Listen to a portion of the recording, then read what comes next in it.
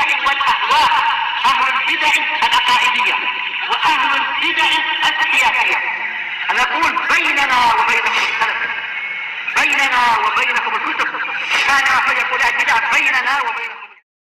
Bismillahirrahmanirrahim. Qala al-Imam an-Nawawi rahimahullahu taala al-haditsus sabi' wal khamsun ba'da sabi'i mi'ah 757 untuk cetakan yang ini. Wa an Salim bin Abdullah bin Umar. Ini yang ajaluman rawa an Ibni Umar, orang yang paling agung yang menjadi murid Ibnu Umar, iya anaknya sendiri. Dan beliau ini Quraisy Adawi. Adapun yang asbatun nas adalah siapa? Yaitu Salim Maula Ibni Umar. Siapa namanya? Nafi Maula Ibni Umar. Yang Salim ini nomor 2. Anna Abdullah bin Umar radhiyallahu anhuma, berarti ayahnya sendiri yaitu Ibnu Umar, kana yaqulu lirrajul, beliau sering berkata kepada seseorang, idza arada safaran, jika orang itu ingin melakukan suatu perjalanan yang jauh, udnu minni, mendekatlah kepadaku, uwaddi'ka. Ini majzum karena apa? Sebagai jawabul amr. Uwaddi'ka kama kana Rasulullah SAW yuwaddi'una. Saya akan memberikan perpisahan, kalimat perpisahan kepadamu sebagaimana dahulunya Rasulullah SAW sering memberikan perpisahan kepada kami. Fayaqul, Rasulullah bersabda atau mendoakan, astaudi'ullaha dinak wa amanatak wa khawatima amalik. Saya memohon kepada Allah penjagaan untuk agamamu, amanahmu, dan penutup-penutup dari amalanmu. Rawahu Tirmidzi wa qala haditsun hasanun shahih. Dan kesimpulannya memang hadis ini sahih. Dibahas takhrijnya panjang lebar oleh Syekhuna Abu Amr, di sini di catatan kakinya. Kesimpulannya adalah dia itu sahih. Baik. Di sini Ibnu Umar, bukan Ibnu Umar, Salim ya. Salim bercerita tentang ayahnya, bahwasanya ayahnya ini Ibnu Umar kana yaqul. Disebutkan oleh Al-Karmani rahimahullah bahwasanya pola seperti ini karena dengan fi'il mudhari ini menunjukkan apa? Litakfir atau istimrar, yaitu sering atau terus-menerus, senantiasa demikian, bukan hanya sekali-sekala. Yaitu sering apabila Ibnu Umar melihat ada seseorang ingin mengadakan perjalanan yang jauh, beliau berkata, udnu minni, mendekatlah engkau kepadaku. Uwaddi'ka, karena saya akan memberikan suatu wada, yaitu perpisahan kepadamu. Kama kana Rasulullah SAW yuwaddi'una, sebagaimana dahulu kala Rasulullah SAW sering memberikan kalimat perpisahan kepada kami. Bukan apa, orang mau pergi jauh langsung dah sana pergi, enggak, tapi diberi kalimat perpisahan yang baik-baik, diberi nasihat mungkin, atau didoakan baik-baik dan seterusnya. Ini menunjukkan tentang semangat Ibnu Umar untuk melaksanakan hadis Nabi Shallallahu Alaihi Wasallam. Apapun yang dilakukan Nabi, beliau ingin meniru. Sebagaimana disebutkan di dalam biografi beliau, Aisyah mengatakan tatkala Rasulullah wafat, yang paling teguh di atas amalan Rasulullah adalah Ibnu Umar. Paling teguh bukan berarti selalu tepat, tetap tidak ada yang maksum. Cuma apa, terkadang ya memang berlebihan beliau, ijtihad beliau sampai bertanya di mana saja Rasulullah SAW buang air kecil, saya akan ke situ. Tentunya ini berlebihan, tak perlu ditentang oleh kibarus sahabah. Rasulullah bukan menyengaja pergi ke pokok itu, ke pohon itu untuk kencing, tapi kalau kebetulan lewat di suatu tempat perlu kencing, bukan menyengaja. Jadi yang disyariatkan untuk diikuti bukan semata-mata surah, yaitu bentuk dari amalan, namun juga niatnya, situasinya. Kalau kebetulan mengalami itu, ya sudah, baru apa? Baru kencing di situ, bukan menyengaja pergi ke tempat itu, karena Rasulullah tidak menyengaja pergi ke pokok tertentu untuk disiram, menyiram. Demikian pula masalah saking mengikutinya cara Rasulullah sampai beliau berlebihan, takut ada yang kurang. Sekali wudhu beliau sengaja memasukkan air ke dalam bola mata. Tentunya ini ijtihad sendiri dan diselisihi oleh kibarus sahabah. Rasulullah tidak mencontohkan sampai seperti itu di dalam apa? Hadis-hadis yang berbicara tentang kaifiyatul wudhu. Cuma ini ijtihad beliau, takut jangan sampai kurang dalam berwudhu dan sebagainya. Tapi intinya memang beliau betul-betul selalu ingin mencontoh Nabi. Makanya di sini beliau tidak menisbatkan ini kepada amalannya sendiri, namun mengatakan sebagaimana dahulu kala Rasulullah SAW melakukan itu kepada kami. Tatkala itu menisbatkan ke Nabi, maka ini adalah sesuatu yang benar apabila tidak ditentang oleh riwayat yang lebih kuat. Berarti memang Nabi biasa seperti itu. Apa itu? Fayaqul, Nabi mengatakan astaudiullaha dinak. Astaudiu dijelaskan oleh Syamsul Haq Al-Din Abadi di dalam syarah Sunan Abi Dawud, maknanya adalah atlubu minallahi hifdza, atau apa? Yaitu al-wada'ah, yaitu penitipan, penjagaan. Saya memohon kepada Allah penjagaan dinak, agamamu. Baik. Kenapa disebutkan agamamu di sini? Beliau menukilkan dari Al-Khattabi rahimahullahu taala, karena yang namanya safar adalah madhonatu ta'ab wal masyaqqah. Safar, namanya perjalanan jauh, itu kemungkinan besar akan mengalami keletihan, mengalami kesulitan dan sebagainya. Dan biasanya orang yang mengalami seperti ini, agamanya akan mulai melemah, akan mulai bermudah-mudah. Namanya apa? Sedang susah, namanya sedang agak kesulitan, sehingga bermudah-mudah. Maka ini adalah situasi yang tepat untuk didoakan agar Allah senantiasa menjaga dia, menolong dia agar agamanya itu selalu terpelihara. Sehingga apa? Mungkin dia memang letih, tetapi tetap agamanya terjaga, sholat pada waktunya, ataupun kalau di jamak ya, jamak sesuai dengan waktunya, bukan malah meremehkan itu, nantilah tunggu keluar waktu dua-duanya. Itu tentunya tidak betul. Jamak boleh, namun tetap di waktu yang sesuai, yang takdim ataukah yang takhir. Itu contohnya. Demikian pula masalah jangan sampai karena kehilangan, kehabisan bekal, kemudian akhirnya apa? Mencuri atau menipu orang dan sebagainya. Agamanya jadi melemah, jadi berbuat maksiat dan seterusnya. Atau yang mungkin pandai IT, mungkin apa? Menggandakan kad atau apa itu istilah-istilah macam itu. Boleh menipu ATM atau apa aja itu.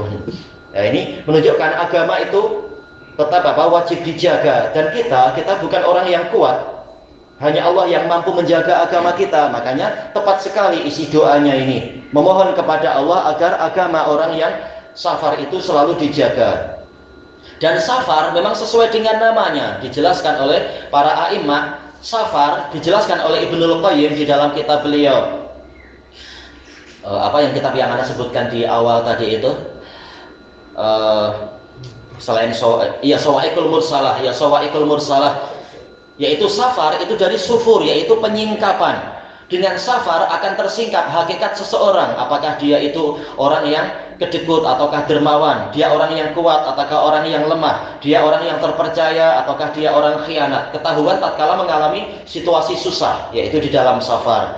Makanya agar jangan sampai tersingkap keburukan, didoakan agar saudaranya ini agamanya selalu dijaga oleh Allah. Wa amanata, dan amanahmu. Dinukilkan dari Al-Khattabi, maksudnya adalah amanah Allah terhadap dirimu. Allah mengamanahkan jiwa dan raga, harta, kata beliau juga anak dan istri. Ini amanah dari Allah Ta'ala agar senantiasa dijaga. Jangan apa? Safar sekian bulan, tahu-tahu sudah punya rumah lain, tak pernah balik lagi. Tahu-tahu apa? Mengambil amanah yang lain dari mentua yang lain. Lalu yang amanah yang pertama disia-siakan. Seperti istilah apa itu? Digantung tak bertali misalkan. Nah, ini penyanyian amanah. Termasuk amanahmu ini adalah amanah yang engkau berikan pada orang lain. Karena terkadang orang yang safar, dia akan mengamanahkan barang-barang berharga kepada orang terpercaya di kampungnya. Dan ada, ya, insya Allah cukup waktunya ya. Disebutkan di dalam kitab Al-Adqiyah punya Ibnul Jauzi, ada seseorang yang mau berangkat haji, padahal di masa lampau berangkat haji itu bagikan apa? Orang siap untuk mati, memang belum tentu balik. Karena seringkali adalah memakai kapal laut. Banyak orang yang haji wafat di tengah jalan karena kapalnya karam, tenggelam, karena badai dan sebagainya. Makanya dia menitipkan sekantong duit dinar kepada penjaga kedai, pemilik kedai di suatu tempat. Ini saya titip, ini begini, ini kuncinya saya pegang dan seterusnya. Nah, setelah itu kurang lebih setengah tahun kemudian, ya masa lampau kan, baru dia balik di Baghdad itu. Kemudian dia datang kepada si pemilik kedai itu, wahai fulan, alhamdulillah saya pulang selamat. Ini saya mau mengambil barang amanah yang dahulu itu.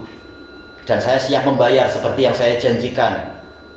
Maka si pemilik kedai mengatakan, apakah saya kenal Anda? Wah, pening sudah. Sementara apa? Tak ada saksi waktu itu. Kita percaya, kadang kita tak enak kan kalau menuntut ada bukti dan saksi. Maka pemilik kedainya ya sudahlah, cuma berdua saja. Nah, pemilik kedainya memanfaatkan kelemahan itu, mengatakan, saya tak kenal Anda, amanah macam apa dan mana buktinya. Nah, bingung orangnya, tak punya bukti apa-apa waktu itu. Akhirnya dia bingung. Kemudian dia lapor kepada, kalau tak salah siapa itu, Iyas bin Muawiyah, yang dikenal sebagai tabi'in yang sangat pandai itu. Anak sudah lupa dah lama membaca itu. Lalu Iyas mengatakan, ya sudah, engkau ini aja, engkau duduk di depan kedai itu, duduk aja sampai nanti Anda lihat ada rombongan Amirul Mukminin akan lewat di situ. Nah, nanti begitu rombongan Amirul Mukminin sampai di situ, saya akan minta Amirul Mukminin masuk ke kedai itu, dan nanti setelah ada pembicaraan langsung Anda bilang kepada si fulan itu, si pemilik kedai itu, minta apa yang Anda amanahkan pada waktu itu, dijamin akan kembali insya Allah. Maka kemudian apa? Betul, dia nunggu. Ternyata apa? Betul, waktu itu rombongan Amirul Mukminin datang. Setelah itu, dan di situ ada Iyas bin Muawiyah yang memang jadi qadhi waktu itu. Setelah itu si qadhinya membawa Amirul Mukminin masuk ke kedai itu, berkata kepada pemilik kedai, ini Amirul Mukminin mendapatkan berita Anda adalah orang yang terpercaya, dan Amirul Mukminin ingin memberikan suatu amanah pada Anda, tapi beliau belum tahu betulkah Anda terpercaya seperti berita atau tidak. Oh iya, saya orang terpercaya, saya tidak pernah mengkhianati amanah, dijamin barang-barang akan dijaga dengan baik dan kembali dengan selamat. Lalu orang yang haji langsung masuk, wahai fulan, ini dulu saya ada amanah begini-begini, langsung dikembalikan sebagai bukti, saya orang terpercaya. Tak minta bayinah, tak minta apa. Kemudian Iyas bin Muawiyah mengatakan, wahai Amirul Mukminin, ini sepertinya kita ada janjian dengan yang lain, untuk yang ini kita tunda dulu, udah kita pergi, langsung belah. Pemilik kedainya bingung, belum jadi dapat amanah, tak jadi dapat duit. Nah, ini penjagaan kan, terkadang orang boleh dipercaya, terkadang di tengah jalan berubah jadi serigala. Jadi perlu doa agar kita selamat, barang-barang kita juga selamat. Wa khawatima amalik, dan penutup dari amalanmu. Dijelaskan oleh para pensyarah, kita tahu yang namanya safar memang apa? Madanatul halak. Terkadang orang boleh mati di tengah jalan, orang boleh celaka di tengah jalan, atau mengalami perubahan sehingga amalan pun jadi berubah, atau penutup amalannya berupa sesuatu yang buruk, namanya safar. Kita mungkin di rumah sendiri, di kampung sendiri ibadahnya baik, di tengah jalan mungkin jadi melemah bacaannya, melemah zikirnya, melemah sholatnya dan sebagainya. Makanya didoakan baik-baik agar penutup amalannya juga penutup yang baik. Karena Rasulullah SAW bersabda apa? Al-a'malu bil khawatim, innamal a'mal bil khawatim. Sesungguhnya amalan yang terpandang sesuai dengan akhirnya. Maka jangan sampai penutupnya itu buruk. Dan jangan sampai safar ini adalah menyebabkan seseorang itu menutup amalannya dengan keburukan, sehingga didoakan baik-baik untuk orang-orang yang safar. Dijelaskan oleh Imam Ibnu Utsaimin rahimahullahu taala di sini, dan dalil-dalil yang sebelumnya ada hujjah untuk mendoakan kebaikan bagi orang-orang yang safar, dan juga memberikan nasihat. Karena walaupun ini lafadznya lafadz doa, tapi hakikatnya adalah apa? Nasihat untuk menjaga agama, menjaga amanah dan menjaga amalan.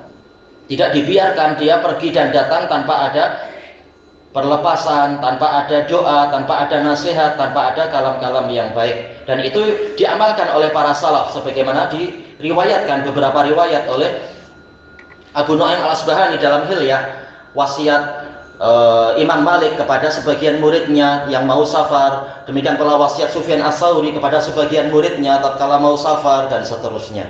Tayyib ilahuna wallahu a'lam.